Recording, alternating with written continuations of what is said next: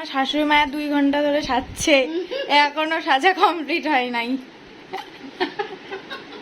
3 দিন এতটা লেজি হয়ে যাচ্ছি কি বলবো, ভিডিও দিতেই পাচ্ছি না ঠিকঠাক। যাই হোক, আজকে সকালবেলা বেরিয়ে পড়েছি আমি, আমার শাশুড়ি মা যাচ্ছি আমার বাড়িতে, কেননা তোমাদের দাদাভাই আর আমার শ্বশুরমশাই কেউ বাড়িতে নেই, তাই ভাবলাম ঘুরে আসা যাক। তো বন্ধুরা কোথায় চলে এসেছি বলো তো, দেখে বুঝতেই পারছো। অবশ্য ব্লগের প্রথমেই তো তোমাদের জানিয়ে দিয়েছি, তাই না?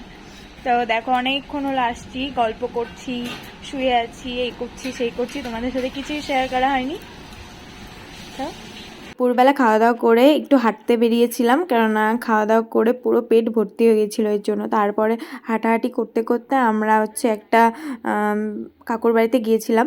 তো সেই কাকুর বাড়ি কিন্তু আমাদের বাড়ির পাশেই ছিল আগে, এখন একটু দূরে করেছে। তো সেখানে এসেছিলাম, একটু ভিডিও করলাম, আর আমার শাশুমা বলছিল গ্রামটা ঘুরে দেখবে, তো একটু ঘুরেও দেখিয়েছিলাম। তারপরে বাড়ি গিয়ে ঘুমিয়েছিলাম, ঘুম থেকে উঠে মা ডাকছিল যে দেখ ছিন্নমস্তা মা কালীকে নিয়ে যাচ্ছে, একটু দেখে আয়। তারপরে দেখলাম রাস্তা দিয়ে নিয়ে যাচ্ছে, আমি প্রণাম করে আসলাম। আর তোমরা কে কে চেনো অবশ্যই কমেন্টে জানিও, আর কমেন্টে একবার হলেও জয় মা ছিন্নমস্তা লিখে যাও।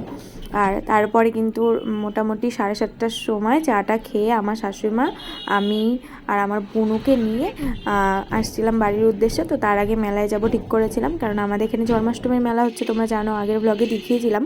তো এই যে অলরেডি আমরা মেলায় এসে পড়েছি। তো চলো মেলায় গিয়ে প্রথমে আমি যেখানে যাই সেটা হলো আচারের দোকান। আমার আচার খেতে খুব ভালো লাগে, আমার খুব ভালো লাগে আচার খেতে, এর জন্য কিন্তু আমি আচারের দোকানে চলে গেছিলাম।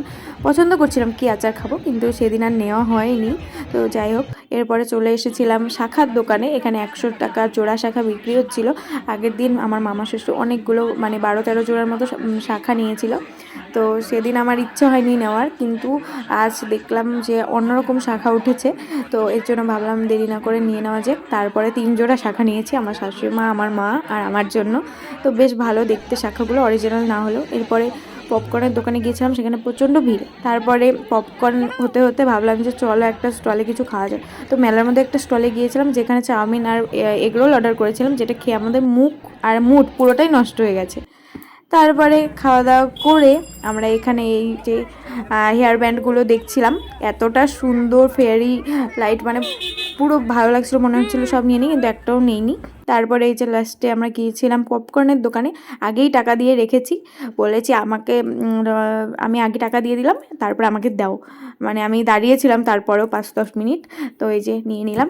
তো চলো এখন বাড়ি যাওয়া যাক। তো বাড়ি যাওয়ার সময় যে আমি বুনুকে একটা আইসক্রিম কিনে দিচ্ছিলাম, আমার শাশুড়ি বললো বুনুকে আইসক্রিম কিনে দিতে, আর আমি আইসক্রিম খাইনি, যেহেতু আমার ঠান্ডা লেগে গিয়েছিল। আর পরে বুনুর জন্য একটা কর্নেডো বাটারস্কচ আইসক্রিম নিয়ে কিন্তু আমরা বাড়ি চলে এসেছিলাম। আর এখানে আইসক্রিম চয়েস করতে এত টাইম লাগছিল কি বলবো, ও ঠিকঠাক বলতে পারছিল না কোনটা খাবে। তো যাই হোক, লাস্টে কিন্তু এটাই নিয়েছিলাম। তো মেলাটা খুলে বেশ ভালোই লাগলো। এরপরে কিন্তু আবার যাব, তখন আবার ব্লগ শেয়ার করব। তো এই যে বাড়ি চলে এসেছি, টাটা, দেখা হচ্ছে নেক্সট ব্লগে।